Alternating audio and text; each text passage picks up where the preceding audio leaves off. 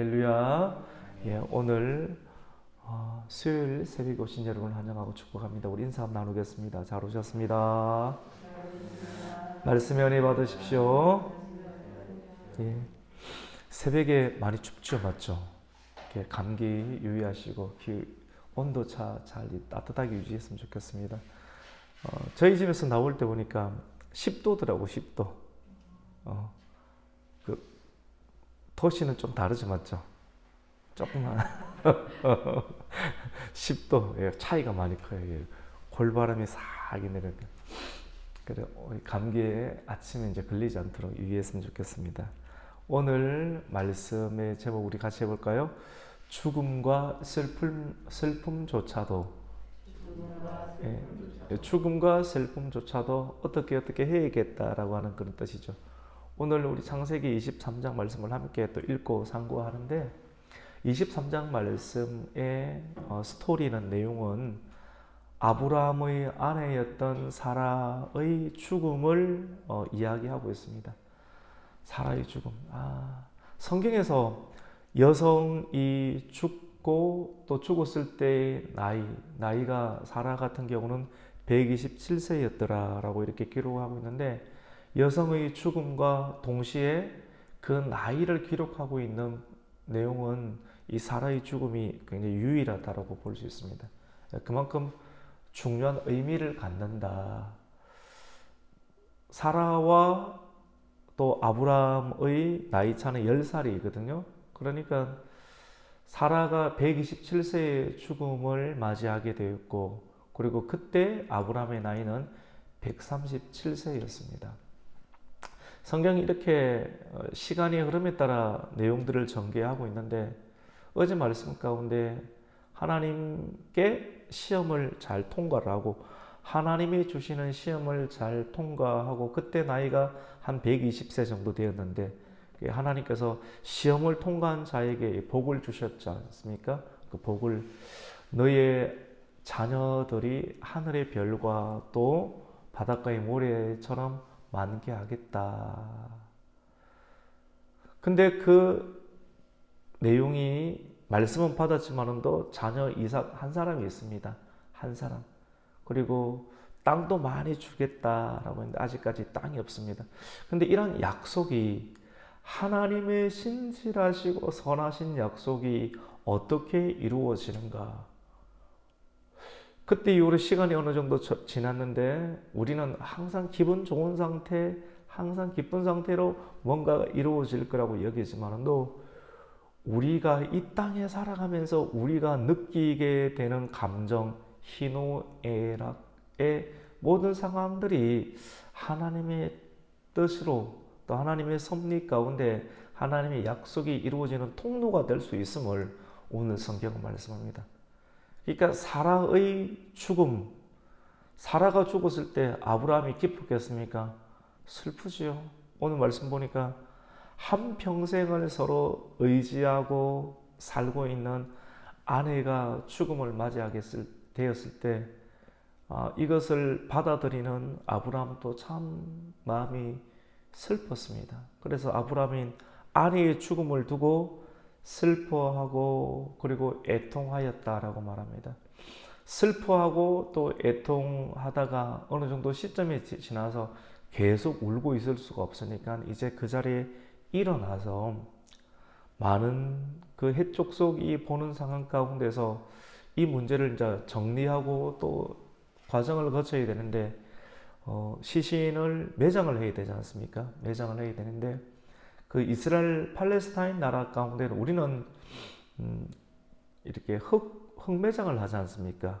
지금은 이제는 그렇게 다 하지 아니하고 화장하고 난 이유 가운데 그 뿌리는 일들을 하든지 아니면 몇몇에 이제 보관하는 간당간당하게 보관하는 그런 일들이 잘 준비가 되어 있는데 이스라엘 나라 땅 가운데의 매장 방식은 이 돌을 깎아가지고 그 돌 안에 시신을 넣어두는 그런 매장 방식을 취하게 됩니다. 우리 예수님도 이 돌문 안에 들어가시고 또 굴을 막으시고 그리고 나사로도 굴 안에 이렇게 넣고 또 돌을 굴려내면서 예수님 다시 나오게 하시는 그런 장면들을 보게 되는데, 그 땅의 매장의 습성의 방식이 이 굴 안에 집어넣는 그런 방식을 가지게 되는데, 오늘 이 말씀은 죽음과 슬픔조차도 하나님의 뜻을 이룰 수 있는 그런 장면을 보게 됩니다. 결론적으로 말씀을 드리면, 하나님의 우리가 구원을 얻는 것이 은혜로 구원을 얻었고 점진적으로 또 죽을 때까지 계속되는 그런 하나님의 성화로 인해서 우리가 구원을 완성해 가는데, 하나님께서 아브라함에게도 점진적이고 또 죽음조차까지 사용해서 하나님의 구원과 하나님의 뜻을 이루어가는 걸 보게 됩니다. 이삭은 하나밖에 없는데 이삭을 통해서 점점 그 다음 세대 리브가가 만날 것을 또 어제 본문 가운데 말씀해 주시고, 이삭과 리브가가 만나서 또 야곱과 에서를 놓겠죠, 맞죠? 그런 내용이 이렇게 이루어질 것이다 라고 하는 하나의 씨앗을 통해서 점진적으로 이루어질 것이다. 그리고 땅 이야기도 많이 했지 않습니까? 이 가나안 땅을 너희에게 주겠다.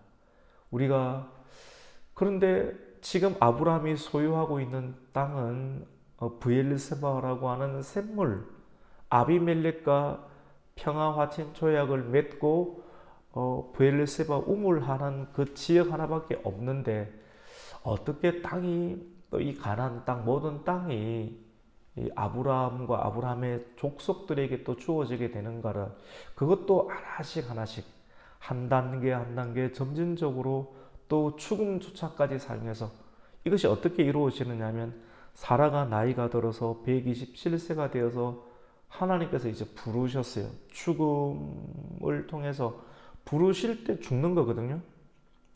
우리도 있잖아요. 하나님께 부름받아서 성도의 자리 가운데 있게 되는데, 성도의 자리 가운데 있고 계속해서 있으면서 점진적이고 계속적으로 하나님의 일을 잘 쓰임받는 영광스러운 하나님의 성도의 삶을 살기 위해서는 우리가 자꾸 죽어야 돼요. 사라가 127세의 죽음을 맞이했는데 그 죽음은 끝이 아니고, 사람들은 죽음은 다 끝이라고 생각하잖아요.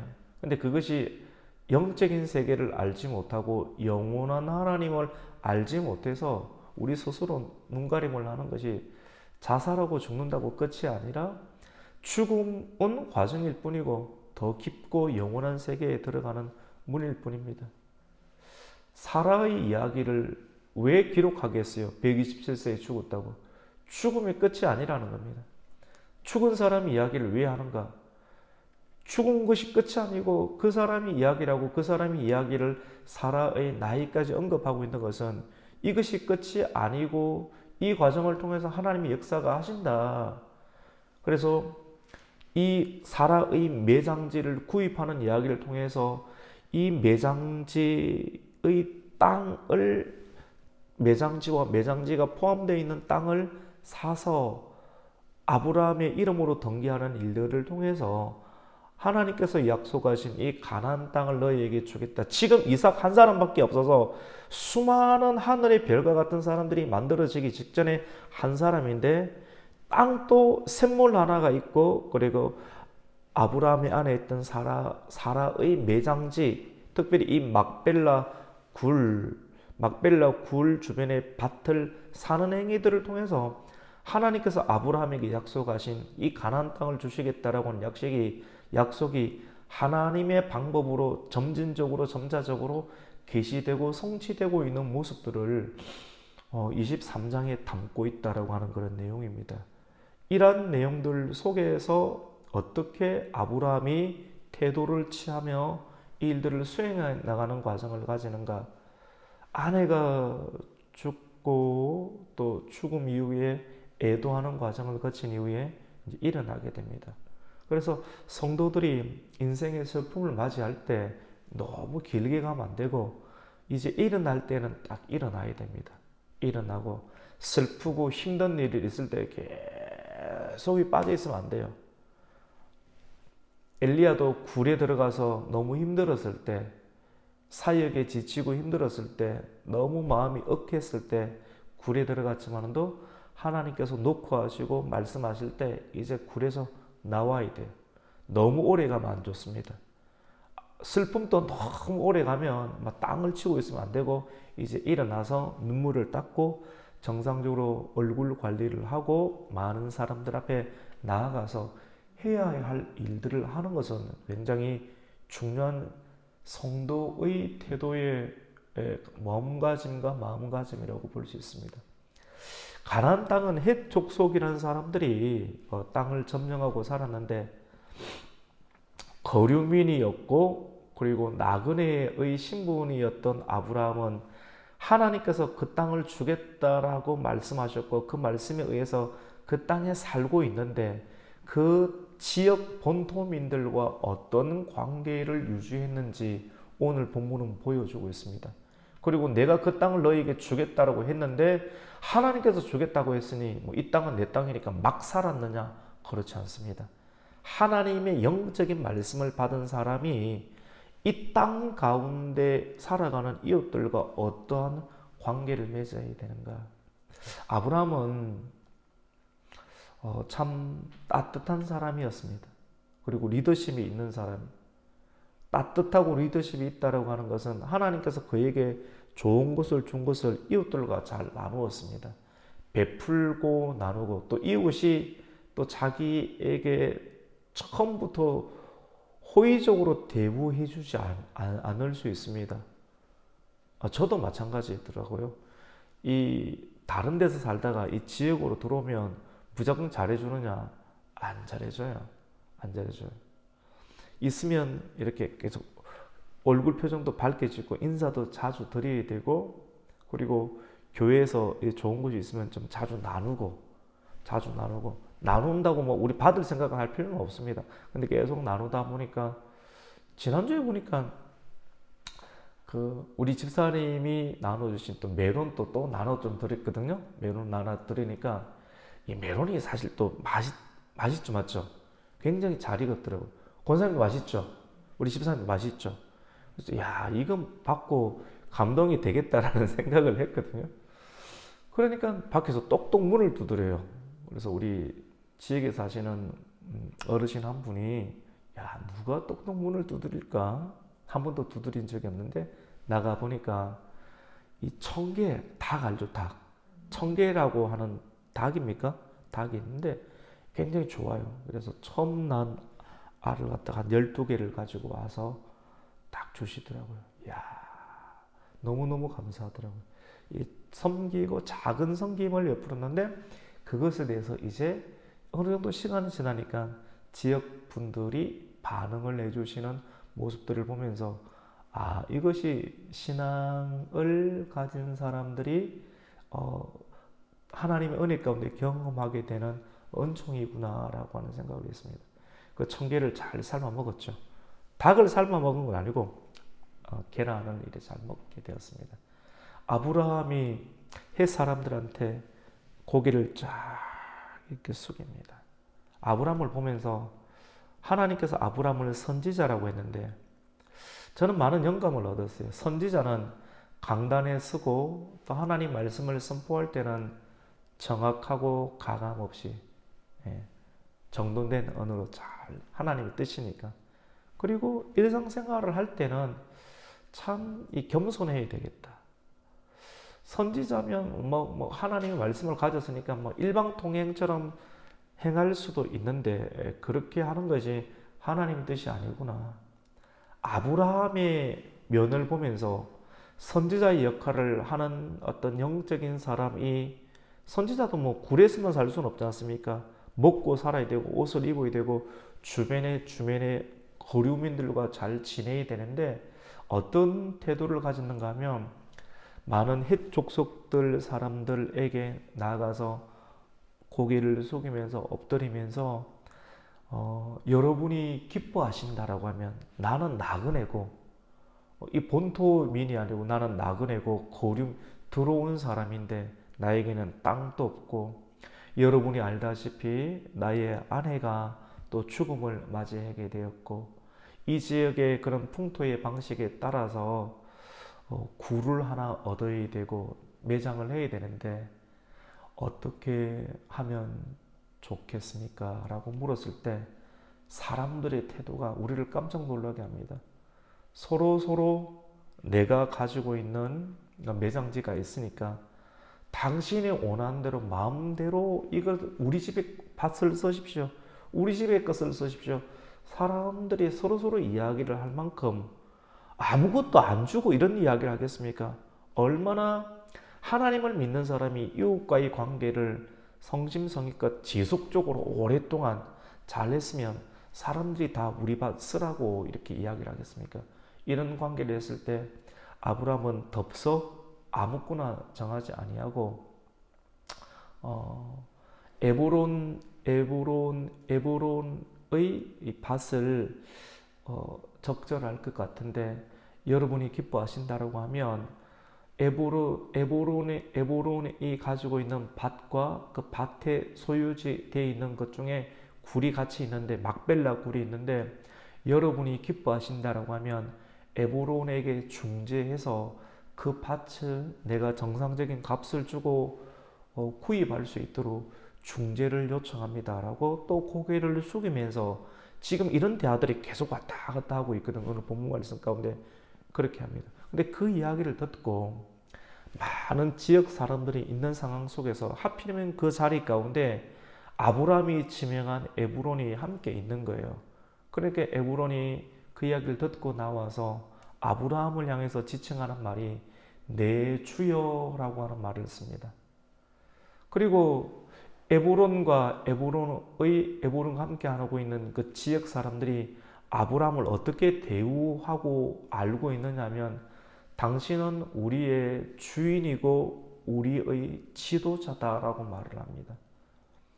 굴러 들어온 사람이 을인데 을이 얼마나 일반적인 어떤 생리들 속에 갑과 을의 논리들 속에 논리를 뛰어넘는 섬김과 영향력을 지속적으로 오랫동안 살아가면서 한 20여 년 이상을 쭉 살아가면서 그의 삶을 통해서 드러낸 하나님의 모습들, 하나님의 인자하고 하나님의 나누고 하나님의 따뜻하고 이 사람과 함께 하는 것이 복이 된다라고 하는 영향력을 주었으면 서로 우리 밭 가져가라고 하고 그들의 입에서 당신은 나의 주인이다. 그리고 당신은 우리의 지도자다라고 하는 말을 쓰겠습니까? 우리 그 본문 잠깐 한번 볼까요?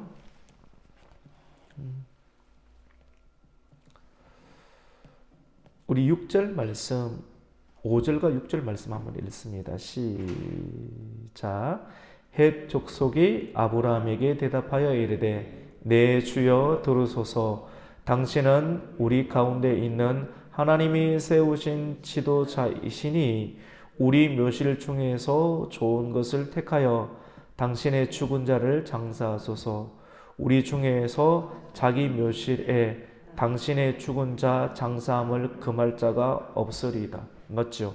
다 우리 거 다 쓰라고 하는 겁니다. 마음껏 아무나.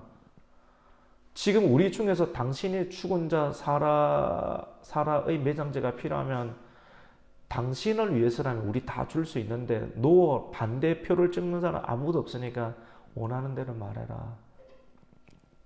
그러니까 우리 7절도 한번 읽어볼까요? 아브라함이 고개 바짝 숙입니다. 시작. 아브라함이 일어나 그 땅 주민 헷 족속을 향하여 몸을 굽히고, 이런 몸을 굽힌다는 말을 굉장히 자주 쓰고 있습니다. 몸을 굽히고 그 지역 사람들은 아브라함을 보고 뭐라고 합니까? 내 주여, 당신은 우리를 위해서 세우신 하나님의 지도자. 그분들은 하나님 안 믿습니다. 근데 하나님 안 믿는데 아브라함의 삶을 보니까 하나님이 살아계심을 알겠고 하나님께서 우리에게 보내신 지도자다라고 이렇게 이야기를 할 만큼 이웃 사람들에게 인정받는 삶을 살았습니다. 그래서 아브라함이 에브론의 막벨라 굴을 좀 내가 구했으면 좋겠다라고 지역분들에게 중재 역할을 부탁을 하게 되는 내용이 이어지게 됩니다. 그 자리에 에브론이 이야기를 듣고 내 굴을 이렇게 마음껏 사용해도 된다라고 에브론이 이야기를 하게 됩니다. 그러니까 아브라함이 또 고개를 숙이면서 이야기를 하는데요. 우리 12절과 13절 한번 읽겠습니다. 시작. 아브라함이 이에 그 땅의 백성 앞에서 몸을 굽히고 그 땅의 백성이 듣는 데서 에브론에게 말하여 이르되 당신이 합당히 여기시면 청하건대 내 말을 들으시오. 내가 그 밭값을 당신에게 주리니 당신은 내게서 받으시오. 내가 나의 죽은 자를 거기 장사하겠노라. 이렇게 고개 숙이면서 당신이 합당히 여기고 또 기뻐하면 내 말을 들어주십시오. 내가 밭값을 당신은 없이 그냥 쓰라고 하는데 아닙니다. 내가 밭값을 지불하고 썼으면 좋겠습니다. 많은 사람 밀담하지 아니하고 전체적인 어떤 공개 이웃 마을 회의를 통해서 이 일들을 이렇게 하고 있습니다. 그러니까 에브론이 하는 말이 14절과 15절을 보면 내 주여 내 말을 들으십시오. 아브라함이여. 땅값은 한 400세겔 정도 되는데 뭐 예를 들어서 뭐 오늘날로 친다라고 하면 한 5억 정도 되는데 예를 들어서 되는데 이 돈이 5억 정도가 무슨 문제가 되겠습니까? 이야, 놀랍지 않습니까? 사람들은 2만 원, 3만 원 철저하게 받아내려고 하는데 돈 문제가 아닌 거예요. 이 사람하고 오래 지내다 보니까 돈이 당신과 나를 묶어주는 끈이 될 수 없음을 하나님을 믿지 아니하는 사람들이 이야기를 하는 거예요. 당신의 얼굴을 보고 당신의 삶을 보니까 당신이 지금까지 우리와 함께 살아가면서 우리에게 미쳤던 영향력들을 보니까 돈 문제가 아니더라 이거죠. 사람들은 돈에 의해서 관계하고 돈이 끊어지면 막 실호라기 끊어지듯이 다 흩어져 버리게 되는데 돈이 당신과 내 사이를 묶어주는 매개체가 결코 될 수가 없습니다. 오늘 말씀 보니까 내 주여 15절에 내 말을 들으소서. 땅값은 400세겔이나 예를 들어서 5억이나 4억이 되지만 그것이 나와 당신 사이에 무슨 문제가 되리까? 당신의 죽은 자를 걱정하지 마시고 사라를 장사하십시오. 이렇게 말하니까 웬만하면 고맙습니다 할 것 같은데 아브라함도 돈이 있었거든요. 사실 돈이 없으면 어쩔 수는 없겠지만도 있는데도 불구하고 하나님께서 거저 받게 하지 않으시고요. 하나님께서 거저 받게 하지 않으시고 많은 사람들이 보는 가운데 하나님의 사람이 정상적으로 그것을 값을 지불하고 사실은 이 막벨라 굴 정도가 우리가 어느 정도 크기가 된다 이렇게 다 언급할 수 없지만도 한 은 400세겔이라고 하는 땅은 굉장히 많은 양의 돈을 지불하고 사는 땅이거든요. 근데 그 엄청난 값을 지불하면서 자기의 죽음, 사라의 죽음을 통해서 값을 지불하면서 땅을 얻게 하게 하시는 하나님의 뜻, 하나님의 섭리를 아브라함이 철저한 믿음과 순종으로 행하고 있음을 보게 됩니다. 인간의 감정으로 인해서 대화의 통함을 통해서 그냥 거저받지 아니하고 철저한 값을 지불, 죽음이라고 하는 값을 철저하게 지불하면서 그것을 이렇게 얻게 되는 아브라함의 모습들을 보게 됩니다. 결국은 이 마물의 앞 땅이었던 이 헤브론 땅이었던 이 막벨라 굴을 은 400세겔을 주고 구입을 하는 장면을 우리는 또 보게 됩니다.